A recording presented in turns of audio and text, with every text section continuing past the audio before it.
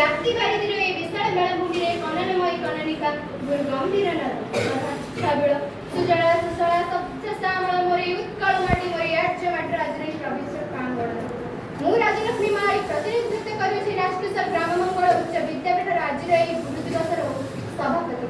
ଆଜି ଆମେ ଏଠାରେ କାହିଁକି ଉପସ୍ଥିତ ଅଛନ୍ତି ସମସ୍ତଙ୍କୁ ଉଣାଧିକ ଜଣା, ତଥାପି ମୋତେ ଏହି ସଭାରେ କିଛି କହିବାର ସୁଯୋଗ ମିଳୁଥିବାରୁ ମୁଁ ନିଜକୁ ଧନ୍ୟ ମନେ କରୁଅଛି।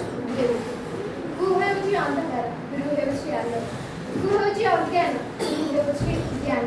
ଯିଏ ଅନ୍ଧାର ରୂପକ ଅଜ୍ଞାନରୁ ଜ୍ଞାନ ରୂପକ ଆଲୋକକୁ ପ୍ରଦାନ କରିଥାନ୍ତି ସେ ହେଉଛନ୍ତି ଗୁରୁ। କୁହାଯାଇଛି ଗୁରୁଙ୍କୁ ନ ମଣିବ ନର, ଗୁରୁ ହିଁ ସାକ୍ଷାତ ଈଶ୍ୱର।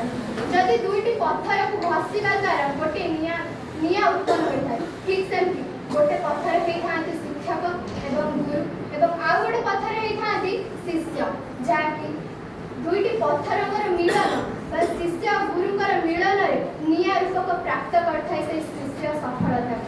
ଅର୍ଥାତ୍ ଆଜିକାର ଦୁନିଆରେ କ'ଣ ଗୁରୁ ଶିଷ୍ୟକୁ ମାନାଯାଉଛି? ନା, ଗୋଟେ ଗୁରୁକୁ ସେତେବେଳେ କୁହାଯିବ ଯିଏ ତାର ଶିଷ୍ୟ, ପଣ୍ଡିତକୁ ତ ପଣ୍ଡିତ ଅଟୋମେଟିକ୍ ହିଁ ହବ, କିନ୍ତୁ ଗୋଟେ ମୂର୍ଖକୁ ଯଦି କିଛି ଜ୍ଞାନକୁ ପ୍ରାପ୍ତ କରିଥାଏ ତାହେଲେ ସେ ସର୍ବଶ୍ରେଷ୍ଠ ଗୁରୁ ହେଇପାରିବ। ଗୋଟେ ଶିଷ୍ୟ ଯଦି ବାଟରେ ଯାଉଥିବ ସାର୍ଙ୍କୁ ନତମସ୍ତକ ହେଇକି ପ୍ରଣାମ କରୁଥିବ ସେ ହିଁ ଶିଷ୍ୟ ହେଇପାରେ। ଗୋଟିଏ ମୁଦ୍ରାର ଦୁଇ ପାର୍ଶ୍ୱ ହେଇଥାନ୍ତି ଗୁରୁ ଆଉ ଶିଷ୍ୟ। ଆଜିକାର ଏହି ସମାଜରେ ଦରକାର ଆମକୁ ଗୁରୁ ଏବଂ ଦରକାର ଆମକୁ ଶିଷ୍ୟ। ଯେଉଁ ଶିଷ୍ୟ ଗୁରୁକୁ ମାନୁଥିବ ଏବଂ ଗୁରୁ ଶିଷ୍ୟକୁ ନିଜର ଛାତ୍ର ଏବଂ ପିଲା ଭଳି ମାନୁଥିବ। ଦରକାର ନାହିଁ ସେ ଆମର ଆଧୁନିକତାର ସ୍ମାର୍ଟ ବୋର୍ଡ, କେବଳ ଦରକାର ସେଇ ଚାଟଶାଳୀର ପରମ୍ପରା ରୂପକ ବ୍ଲାକବୋର୍ଡରେ ପାଠ ପଢ଼ା ହେଉଥିବ। ସେଇ ପାଠଶାଳାରେ ଆମକୁ ଦେଇଥାନ୍ତି ଆଖଡ଼ା ଶାଳ ସହିତ ବିଭିନ୍ନ ପ୍ରକାରର କ୍ରୀଡ଼ାଙ୍ଗନ ଏବେ ବି ମଧ୍ୟ ରହିଛି, କିନ୍ତୁ ଶିଷ୍ୟ ହିଁ ଗୁରୁକୁ ନିନ୍ଦା କରିବାରେ ଲାଗିଛନ୍ତି।